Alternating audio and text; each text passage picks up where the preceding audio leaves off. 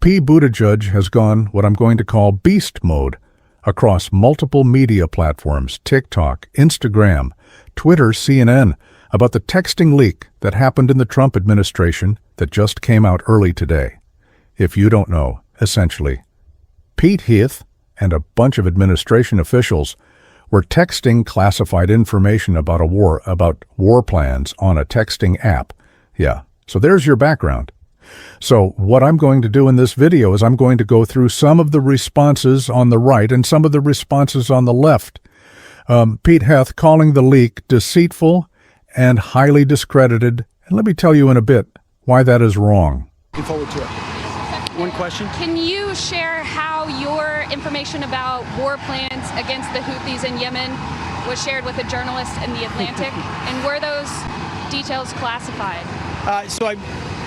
You're talking about a deceitful and highly discredited so-called journalist who's made a profession of peddling hoaxes time and time again, to include the hoaxes of Russia, or the fine people on both sides hoax, or suckers and losers hoax. So this is the guy that peddles in garbage. This is what he does.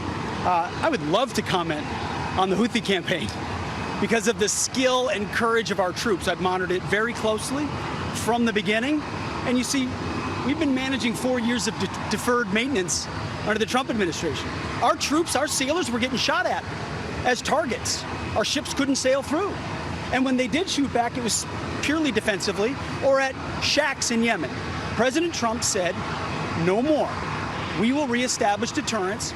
We will open freedom of navigation, and we will ultimately decimate the Houthis, which is exactly what we're doing as we speak from the beginning, overwhelmingly. Why were those details? Bro, we're not going to let this continue because you know what? That it says right here. And this is true.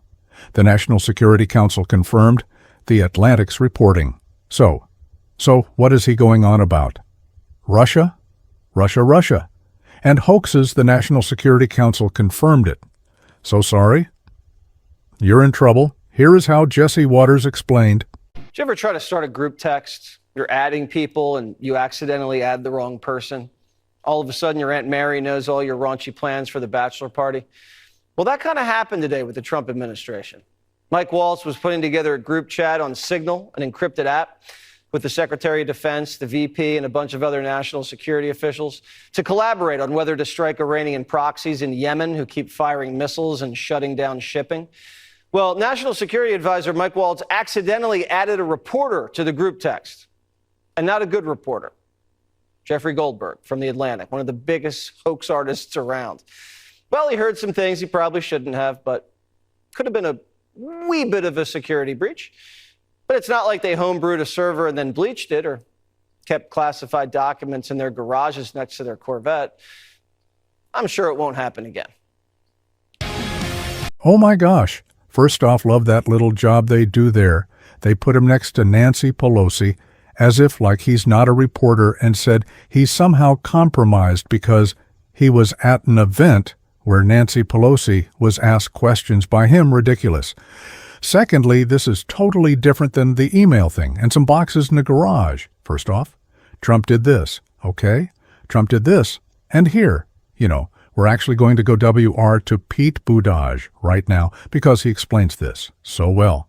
Pete Buttigieg explains as a former cabinet member and as an intelligence officer why this was bad. Yeah, the whole point of classified information systems is to keep classified information on them. And by the way, I don't know everything about how Pete Hegseth's computers work, but I know this. In my experience, both in the cabinet and as an intelligence officer, you would have to go out of your way to take classified information and move it into an unclassified system. I don't know if a lot of folks understand how this works, but it's not like there's a computer where you might get an unclassified email and a classified email in the same inbox. They're not even the same computers. By design, it is very difficult for information to move from one system to the other unless somebody... Yes, so in any other normal time, this would be super against the law. This would be like people getting fired immediately, resigning. It's not going to happen. But so many people were put into danger because of this. So many people. President Trump, as you saw earlier, was saying he wasn't aware of this report. We're since told he's been briefed on it, but he reposted something that Elon Musk wrote earlier, kind of mocking all of this by making fun of The Atlantic. He wrote, "Best place to hide a dead body is page 2 of The Atlantic magazine because no one ever goes there." Trump reposted that earlier. Do you see that as making light of what has happened here? Yeah, because this is all a game to them. You know, nobody in Donald Trump's family is on a ship in the Mediterranean. Nobody in Elon Musk's family is at risk from the kinds of economic or security harms that are going on here. They think all of this is a joke or a game because these are incredibly rich, powerful men who, frankly, don't have to worry about the kinds of things most Americans do. And look, this is part of a bigger pattern, right? The sloppiness and the incompetence, whether it's firing the people who were in charge of keeping our nuclear weapons safe, apparently by accident, and then scrambling to hire them back on, whether it's sending an email to try to buy out air traffic controllers in the middle of an air traffic control shortage, and then scrambling after a plane crash to say, oh, that never applied to them, whether it's that Doge site, their so-called wall of receipts, thinking that they were proving that they saved the taxpayer $8 billion with a B, not realizing that the contract they were talking about was $8 million with an M, which means they were off by 100,000%. And now this incredibly grave and serious matter of taking classified information about American battle plans involving American troops and randomly sending those battle plans to the wrong guy. If they don't understand the seriousness of that, then they don't understand how their jobs affect the lives of ordinary American people. And as an American, having the most powerful people in your country not take their responsibilities seriously can be lethal. You know, Okay, this is why I call Pete Buttigieg Judge the verbal assassin, because he just cut them all up with his words. And now I want to show you what he put on social platforms for the broader audience, because the only people who watch CNN are 7-year-olds. No offense to the 70 watching me, but I'm just saying that you're not going to reach the mass on CNN. You are going to reach the mass on TikTok and Instagram. And here's what he said there. And I'm going to tell you, I've never heard Pete Buttigieg talk like this before. This is the first real quick. If you're liking this video, please hit like in the video. And if you're not subscribed, consider subscribing. It does help boost this into the algorithm, so more pro-democracy Americans can see it. Thanks so much. hey, it's Pete. I try not to jump in with a take on everything or comment on everything we see in the news of the day, but what we learned about today is truly incredible. The U.S. Secretary of Defense, the National Security Advisor, the Vice President of the United States, and other very senior, very powerful Trump White House officials, it turns out, discussed highly classified war plans, not only on an unclassified channel, but accidentally and randomly, it seems, including a journalist. And to see this administration claiming that it cares about competence and merit, and then be responsible for an epic fuck-up like this, demonstrates that these are not serious people. I was an intelligence officer for about 7 years in the U.S. Navy Reserve, and I occasionally handled highly classified information during my time in the cabinet as well. It can be hard to explain just how much goes into keeping that information safe. It is only available to people with a security clearance and a need to know. It's only discussed in certain facilities that are hardened to make sure that they don't have the same vulnerability to surveillance as most places. And importantly, you only ever use classified systems to discuss classified information.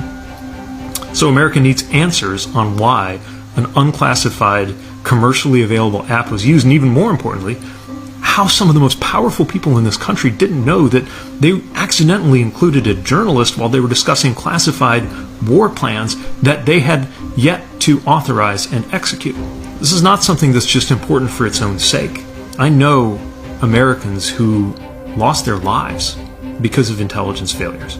This kind of intelligence failure calls the question on whether there is any place for merit or competence in this administration at all. Because if there are not highly serious consequences for this level of screw-up, then it will make clear that all of the bluster about merit that you hear about from this White House is just bullshit. We deserve so much better than this.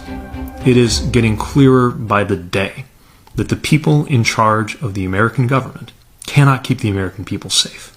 Got to do better. Do you know how badly you have to mess up for Pete Buttigieg to say the F word online, on all platforms? I mean, as someone said here, you know, it's bad when Pete drops the F-bomb. I love that we're swearing now.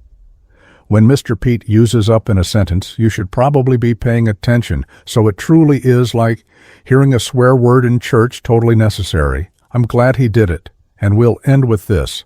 Here's what Hillary Clinton had to say about this.